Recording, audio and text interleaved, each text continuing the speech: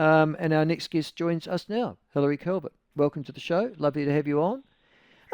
Where did your kids go to? Private, integrated, or state schools?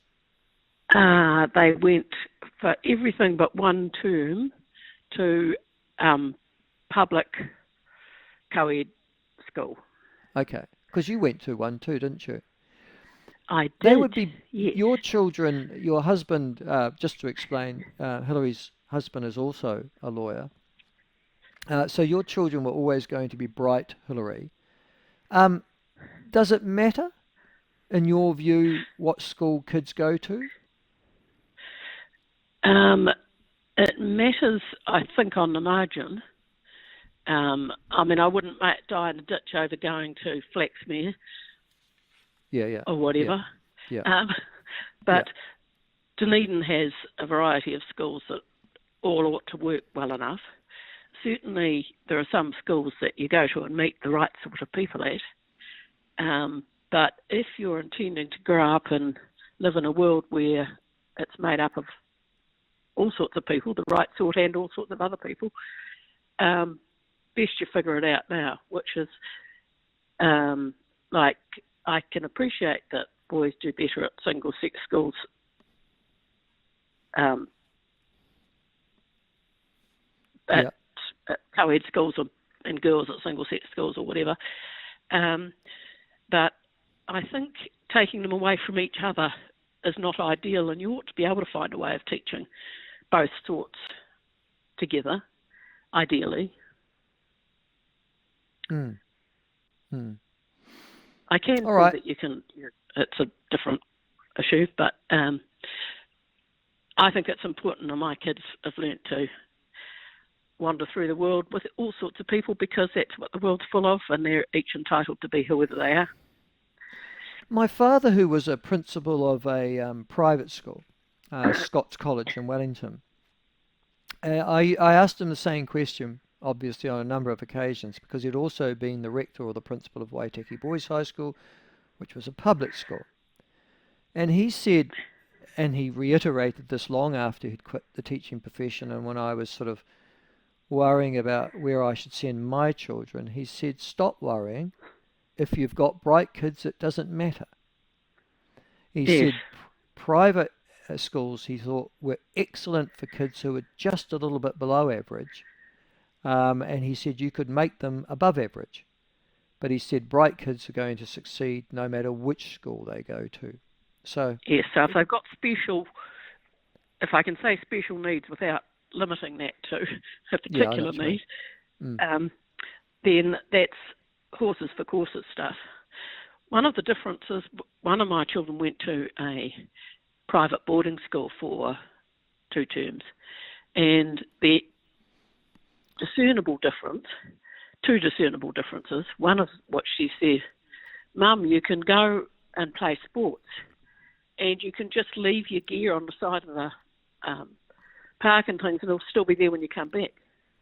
Yes. That was something that she... And the other thing was that the school said that they all played sport every Saturday morning and whatever it is. And they may have thought they did, but my daughter, smarter than that, managed to get through 2 terms without playing either a summer or a winter sport, really, at all. Well, so that, what I'm pointing out is that they sometimes they imagine that they're something different from what they are, whereas a public school doesn't quite imagine things in quite the same way. So it can deal with issues because it actually knows what they are. There's something else, though, that strikes me about this is that, listen, this is a dreadful prejudice I might have, and there will always be exceptions. So what I'm about to say, I know that there are exceptions to this rule. But school teachers don't seem, particularly at secondary and definitely in primary, to have an extracurricular relationship with their kids that they used to when my and your generation was growing up. Yes. Yep, they don't there. Well, partly because you're not supposed to pay teachers differently, and they're very aware of some of the things they're doing now. And so what you might do is to say those senior teachers who say, I don't do playground duty anymore, and I don't do after school sports, and I don't do this and that because I'm too senior for that sort of thing, and are getting paid the most, they should not be being paid so much. The junior ones who say, I'm happy to coach netball and go there every Saturday morning and things, they should be paid more. We're not allowed to pay them more for actually being enthusiastic and wanting to extend the learning opportunities for children. Compulsory for every... Sorry, my father also did one other thing, and he made it compulsory, Hilary, for every teacher that he recruited that they had to have an extracurricular activity. So there would be some teachers who go, I don't want to do that. Well, fine, then, this is not your job. Some not state-integrated schools are not... some schools just say, this is what we expect of teachers, and they do expect them of them. The normal public school system isn't allowed to expect. It turns out we're not even supposed to expect that they teach reading, writing, arithmetic. How dare they? How dare we? Well, it'd be nice if they could teach that as well. In fact, you sort of think that's your job, really. That's sort of basic 101. You're meant to be able to do that, but then...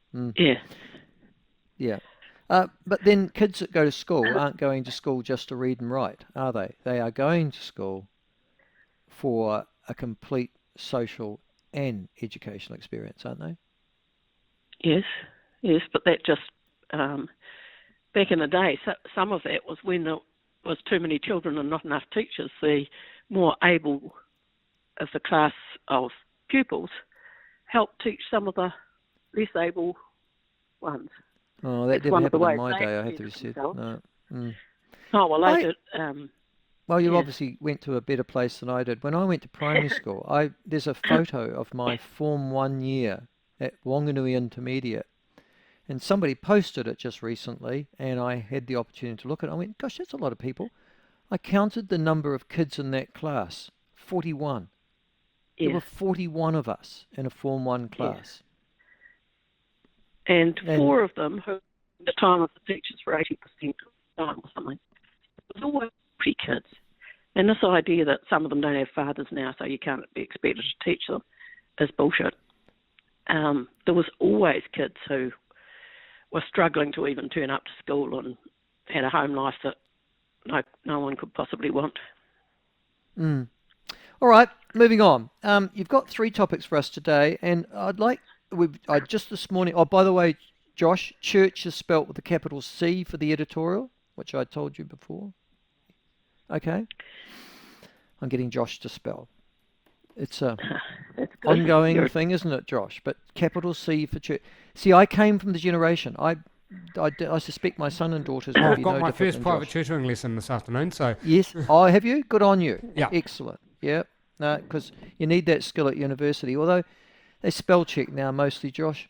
Listen, Hilary, Mori Wards. This morning has been announced that 100 churches are going to unite to support Mori Wards in a campaign. They say they're going to educate. I think they've mixed up that word with indoctrinate, particularly elderly.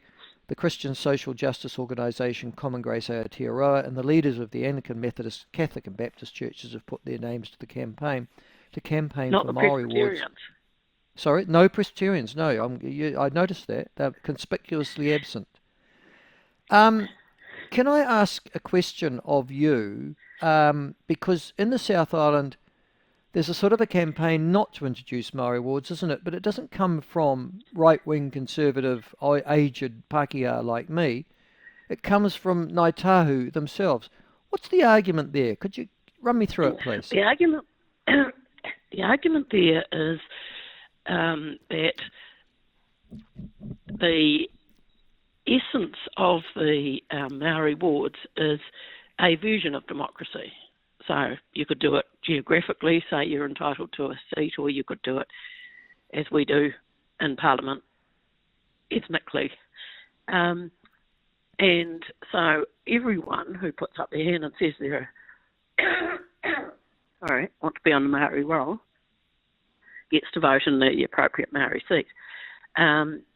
If you have a Maori ward, the same thing happens. And Ngāi Tahu has, and I think they've publicly said this for some time, said we don't want Māori wards, and that's why we haven't got them. It's not that people aren't feeling just as virtuous and woke as anywhere else. It's that Ngāi Tahu says no thank you, and they don't want Māori wards because it might not be the right Māori who gets voted on. Yes, which is, you mean them?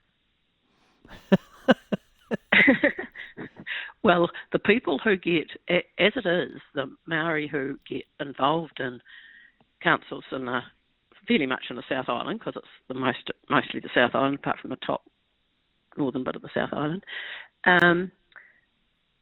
they use their influence to become on like subcommittees and right throughout the organisations and things, and get paid for their expertise on all sorts of things. I think that's what they're being paid for. And they can get paid like they do on our regional council on subcommittees to be on, but then they get appointed to get on there. So the hierarchy of Ngāi Tahu appoints Māori to be on there, and so they have control.